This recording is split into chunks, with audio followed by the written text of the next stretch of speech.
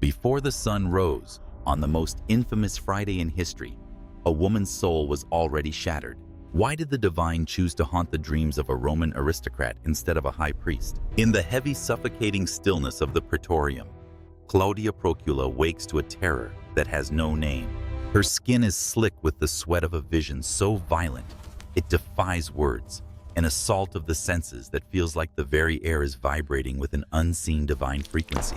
Every drop of sweat falling from her brow feels like a drop of innocent blood, already staining her husband's legacy. She stares into the shifting shadows, seeing not the marble walls of her room, but the burning ruins of temples and the dark shadows of crosses stretching across the centuries of history yet to come. She has seen the face of the righteous man, and in his eyes, she witnessed the judgment of the world. What price must be paid for a husband's ambition? If Pontius Pilate signs the warrant, she knows it isn't just a man who dies. It is the peace of her soul and the glory of Rome that will be buried forever in an eternal tomb. How do you stop a tidal wave of fate with only a whispered warning? As the first light of dawn touches the cold floors, she realizes that by noon, the world will change forever, and she is the only one who knows the horrific cost of the silence. The nightmare was not a chaotic blur of flickering images. It was a structured divine revelation that shattered Claudia's understanding of the universe. In the grip of this forbidden vision, the walls of her chamber seemed to dissolve, leaving her standing at the precipice of eternity. She saw him, the prisoner known as Jesus. But he was not the bruised and beaten man the soldiers mocked in the courtyard below. In the blinding clarity of the dream, he stood draped in a light so radiant it eclipsed the midday sun. This was the King of Kings, not by the fickle decree of Rome, but by the sovereign authority of the heavens. A soul-crushing dread washed over her as she realized the horrific truth. This man was no insurgent to be crushed by iron legions. He was the Creator walking among his creation, a king who was allowing himself to be captured, bound, and broken to fulfill a cosmic plan older than the stars themselves. His majesty was so overwhelming that the entirety of the Roman Empire, with all its marble and might, felt like a handful of dust scattered in the wind. Then the vision took a darker, more violent turn. The scene shifted from the man to the destiny of the empire. Claudia saw the golden eagle of Rome once, a symbol of invincible strength, suddenly drenched in a rain of blood, until its wings grew heavy and failed. The grand marble pillars of the Praetorium began to weep red, the stone cracking under the weight of an invisible judgment. She watched in absolute horror as the great temple of Jerusalem became a roaring furnace of gold and fire, a terrifying prophecy of the total destruction that would come just decades later. But the most agonizing part of the vision was the sound. She heard a voice like rolling thunder echoing through the long halls of time, repeating a single name, Pontius Pilate. It was not a call to honor. In every century yet to come, in every language spoken by man, she heard his name tied to a curse whispered with disdain by millions of voices. His name was being etched into the annals of history, forever stained by the crimson ink of the decision he was about to make. The righteous man then turned his gaze toward her through the veil of the dream. His eyes were not filled with anger, but with a holy, piercing compassion that demanded a soul-deep response. The weight of his gaze was unbearable. It stripped away her royal titles and her Roman pride, leaving her naked before the truth. She understood in that moment that if even a single drop of this king's blood touched her husband's hands, the very fabric of the sky would tear apart. The gods of Rome were silent because they were dead, but this man was life itself. She collapsed in the dream, gasping as the vision showed her the finality of the choice: either save the innocent or be swallowed by the infamy of the ages. She woke with a cry, the phantom smell of smoke and blood still clinging to her senses, knowing that she had mere minutes to stop a catastrophe that would echo forever. The terror of the vision did not vanish with the opening of her eyes. Instead, it solidified into a frantic, driving necessity. Claudia Procula lunged from her bed, her silk robes tangling around her trembling legs. The grandeur of the palace, which usually felt like a sanctuary of Roman stability, now felt like a gilded cage, cold, indifferent, and suffocating. Outside, the early morning air was thick with the scent of dust and the distant rhythmic chanting of a mob that sounded more like hungry wolves than men. She rushed toward the heavy oak doors of her chambers, her breath coming in jagged gasps. She had to reach him. She had to find Pontius before the ink was dry on the death warrant. But as she reached the threshold, her path was blocked by the cold, unyielding iron of the Roman guard. The centurions stood like statues, their spears crossed in a silent metallic barrier. "Move aside," she commanded, her voice cracking with an authority she no longer felt. The guard's face remained a mask of stone. "The governor is in session at the bema, my lady. The trial has begun. No one, not even the household, is permitted to disturb the peace of the court." The words were polite, but the intent was clear. She was a prisoner of ritual and political necessity. She looked past them, seeing the shadows of advisors and political strategists moving like ghosts through the hallways, men who whispered about expediency and the greater good, while the world's most profound injustice was being prepared just a few hundred yards away. A chilling realization washed over her. This was not merely a matter of protocol. There was a palpable darkness brooding over the palace, a spiritual weight that sought to silence her. Every time she tried to argue, the words seemed to die in her throat.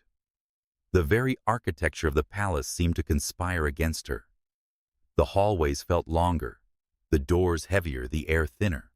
She was witnessing a rebellion of the soul against the structures of power. She realized that the people she once called allies, the priests, the lawyers, the politicians, were now the architects of a nightmare. They didn't want the truth. They wanted order, even if that order was built on the blood of the innocent. Trapped within the marble walls, Claudia felt the walls closing in. The palace was no longer a home. It had become a tomb of silence. She ran to the high balcony overlooking the courtyard, her fingers clawing at the stone railing until they bled. From here, she could see the distant glint of Roman helmets and hear the thunderous roar of the crowd screaming for a murderer to be released and a healer to be killed. The irony was a jagged blade in her heart. She was the most powerful woman in Judea, yet she was utterly powerless to cross a hallway to save her husband from eternal ruin. The spiritual rebellion within her was met with the cold rebellion of a world determined to remain blind. In the silence of her isolation, she realized that if she could not reach him with her body, she must reach him with a message, a desperate final lifeline thrown across an ocean of madness. Time was no longer a sequence of minutes.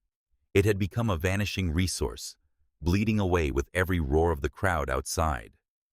Trapped behind the wall of guards, Claudia spun around in her chamber, her eyes searching wildly for a way to bridge the impossible distance between her and the judgment seat.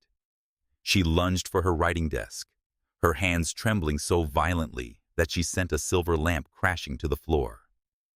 She reached for the inkwell, but in her frantic haste, her sleeve caught the edge, and the dark fluid spilled across the marble, a black stain spreading like the shadow of death. There was no more ink. The palace, the world, and even the inanimate objects seemed to be conspiring to keep her silent. Desperation pushed her beyond the limits of reason. She would not be silenced. She looked at her fine ivory-colored parchment, then at her own hands. In a moment of raw, sacrificial clarity, she snatched a sharp golden hairpin from her dressing table, a jagged sliver of Roman luxury. Without hesitation, she pressed the point into the palm of her hand, flinching as the metal pierced her skin. Pain flared, but it was nothing compared to the agony in her soul. A bead of crimson bloomed, then another. This was the only ink left in a palace of shadows. With a steady hand born of pure terror, she began to write. Each stroke of the golden pin was a plea the letters formed from her own life's blood. The message was brief, stripped of all royal formalities. She didn't write as a Roman aristocrat to a governor. She wrote as a soul witnessing the edge of the abyss. "Have nothing to do with that righteous man." She scrawled the red liquid soaking into the thirsty fibers of the parchment. "For I have suffered greatly today, in a dream, because of him." But she went further, adding a chilling warning that only a wife could give to a man she loved. "If his blood touches your hands, Pontius, our house falls tonight. The gods are dead, and the true king stands before you. Do not sign the end of our world." She stared at the scroll. The words were wet, shimmering in the torchlight like a living thing. This was no longer just a letter. It was a spiritual contract, a final lifeline thrown to a man drowning in political ambition. She knew the Roman law interfering with a capital trial was an act of treason. By sending this, she was risking her status, her safety, and her life. But as she watched the blood ink dry into a dark, haunting rust color, she realized that the only thing more dangerous than speaking was staying silent. She rolled the parchment tight, her heart hammering against her ribs like a trapped bird. She called for her most trusted servant, a woman who had seen her tears and knew the weight of her heart. "Take this," Claudia whispered, her voice a ghost of its former self. "Do not let the guards stop you. Find the governor. Put this in his hands before he reaches for the water. If you fail, the sun will never truly rise on Rome again." The servant, a young woman named Leah, vanished into the shadowed corridors like a flicker of light before a storm. She clutched the blood-stained scroll against her chest, as if it were a beating heart. To reach the beam of the judgment seat, she had to descend from the aristocratic silence of the upper palace into the sweltering, chaotic furnace of the lower courtyard. As she pushed through the heavy bronze gates, the world exploded into a wall of sound. Thousands of voices merged into a singular, monstrous roar, chanting for blood. The air was thick with the smell of unwashed bodies, bitter wine, and the metallic tang of unsheathed swords. It was a sea of humanity gone mad, a collective frenzy that seemed to vibrate with a dark, supernatural energy. Leah lowered her head, pulling a dark shawl over her hair to mask her connection to the governor's household. She was a ghost moving through a riot. Every step was a battle. She was shoved, cursed, and nearly trampled as the crowd surged toward the raised platform where the trial was reaching its fever pitch. From her vantage point in the thick of the mob, she saw the righteous man. He stood bound, his back torn to ribbons by the Roman lash. Yet he held a stillness that made the raging crowd look small and pathetic. Leah felt a jolt of terror, the same terror her mistress had described. This was not a trial. It was a cosmic execution. Meanwhile, back in the palace chambers, Claudia Procula stood frozen by the window. The cross-cutting of fate was almost unbearable.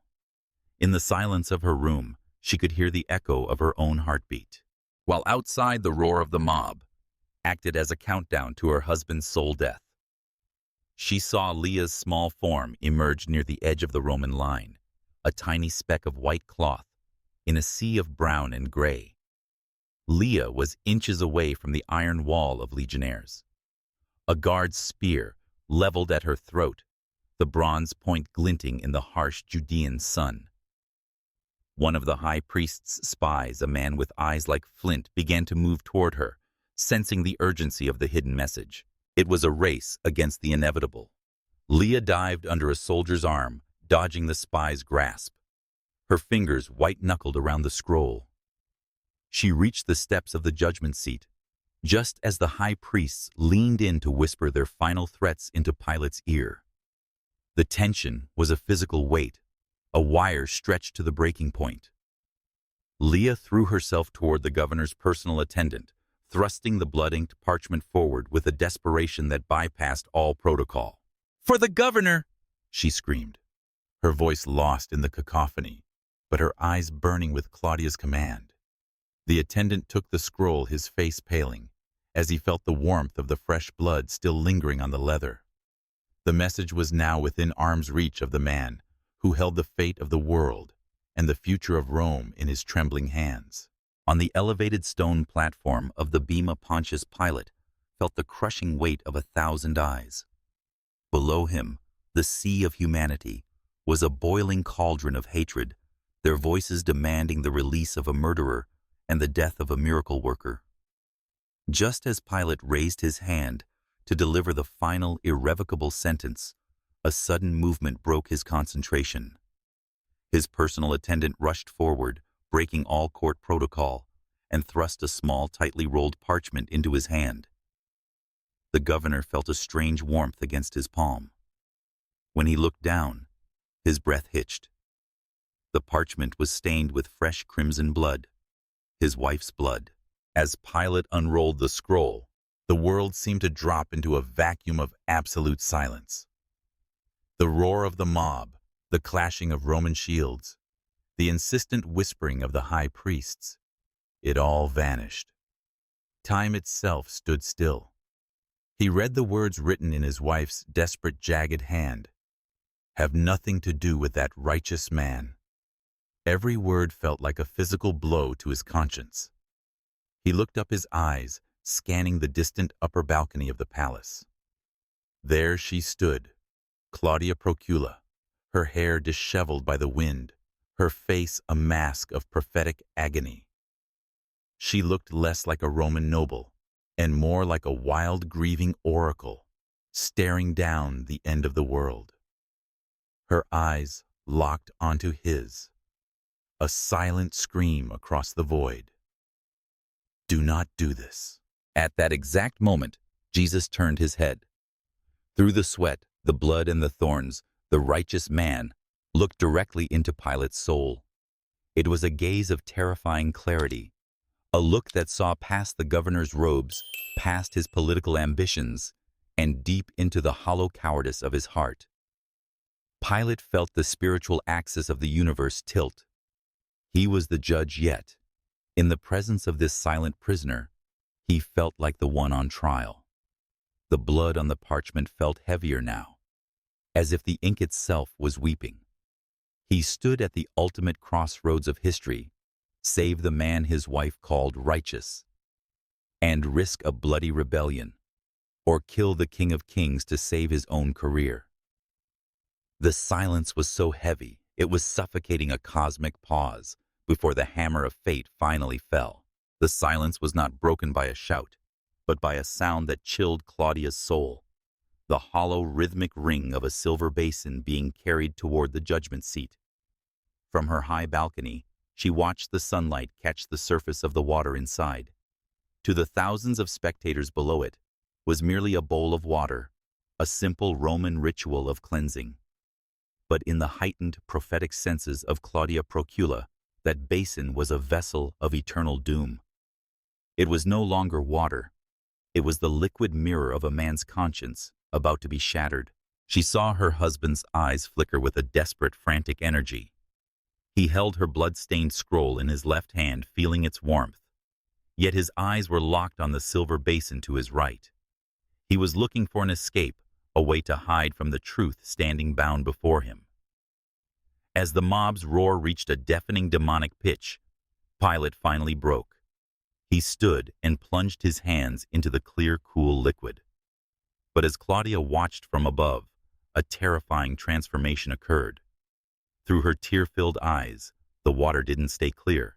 The moment his skin touched the surface, the liquid began to swirl and darken, turning into a thick, visceral crimson. To him, he was washing away a political problem. To the universe, he was bathing in the blood of the innocent. I am innocent of this man's blood, Pilate cried, but his voice sounded like dry leaves in a storm. Claudia watched in horror as he rubbed his palms together with a feverish intensity, trying to scrub away a stain that existed in the spiritual realm. Every splash of water against the silver sounded like the heavy strike of a hammer against a nail. She looked from her own cut hand, the hand that had shed blood to save him, to his hands now dripping with the water of betrayal. The irony was a jagged blade in her heart. She had offered her lifeblood as a bridge of mercy. but he had chosen a bowl of water as a wall of cowardice. As he wiped his hands on a white linen cloth, she saw the fabric turn blood red in his grasp. The ritual was complete. The warrant was signed. The righteous man was led away to be broken, and as the sky began to turn an unnatural bruised purple, Claudia knew that no amount of water in the Roman Empire could ever wash away the shadow that had just fallen over their souls. The moment the sentence was whispered, the very foundations of the earth seemed to groan. Claudia watched from her balcony, paralyzed, as the righteous man was led away under the heavy lash of the centurions. The air grew unnaturally cold, a biting chill that bypassed the skin and settled deep in the bone. By midday, the sun did not merely fade. It vanished as if the eye of God had closed in grief. A thick, suffocating darkness swallowed Jerusalem, a blackness so dense you could feel it against your face like a shroud. The mob, which had been roaring with bloodlust only hours before, fell into a terrified, stumbling silence. The party was over. The reckoning had begun. From the palace, Claudia felt the first tremor, a low guttural vibration from the deep crust of the earth. Then the world tore open. A violent earthquake shattered the silence, toppling statues of Roman gods and cracking the heavy stone pillars of the courtyard. In the distance, a sound like 1,000 veils ripping apart echoed from the temple. Claudia knew instinctively the boundary between the sacred and the profane had been destroyed. She stood in the pitch-black hallway, holding a flickering lamp that cast long, dancing shadows. Her husband Pontius stumbled past her, his face ashen, his hands still trembling, still smelling of the water that had failed to wash away his sin. They didn't speak. There were no words left for a man who had traded eternity for a moment of political peace. In the final haunting moments of the vision, the darkness broke with a single piercing flash of lightning. For one heartbeat, the entire city was illuminated in a ghostly blue light. Claudia saw the silhouette of 3 crosses on the hill of Golgotha, stark and terrifying against the bruised sky. At that moment, she felt the weight lift, not because the tragedy had ended, but because the sacrifice was complete. The righteous man was dead, yet the air felt charged with a new terrifying power. She looked down at her own hand. The wound she had carved to write the warning had stopped bleeding. It was a scar now, a permanent mark of the day she tried to save Rome from itself. As the first drops of a black rain began to fall, Claudia Procula realized that while her husband had washed his hands of the truth, she had been washed by it. The world they knew was gone, buried under the shadow of the cross. The shadows of Golgotha did not fade with the sunset. They lengthened until they consumed Pontius Pilate's very existence. Within years, the political peace he had bought with blood turned to ash. Recalled to Rome in disgrace after a brutal massacre in Samaria, the once proud governor found himself stripped of his titles and banished. History suggests he was driven to madness by the phantom smell of water and blood that no perfume could mask. Driven by an unseen hand, Pilate ended his own life a suicide born of a guilt that Rome's gods could not forgive. Legend says his body was rejected by every river it was cast into, until it was buried in the dark depths of a mountain lake, where the water still churns with his eternal restlessness. But for Claudia Procula, the darkness of that Friday was a beginning, not an end. The scar on her palm became her badge of honor, a mark of the day she chose the truth over the empire. Ancient tradition tells us she abandoned the marble halls of Roman paganism to follow the righteous man she had tried to save. While Pilate's name became a global curse echoed in every creed for 2,000 years, Claudia's name was whispered with reverence. She became a saint in the eyes of the East, a woman who saw the light when the world was blind. Their house fell just as she had warned, but from its ruins, she emerged no longer a governor's wife, but a witness to the eternal. What would you do if you held the fate of truth in your hands like Pilate? Was his hand-washing an escape or a permanent mark of cowardice? Share your thoughts in the comments below. Don't forget to like and subscribe for more hidden stories from the Bible.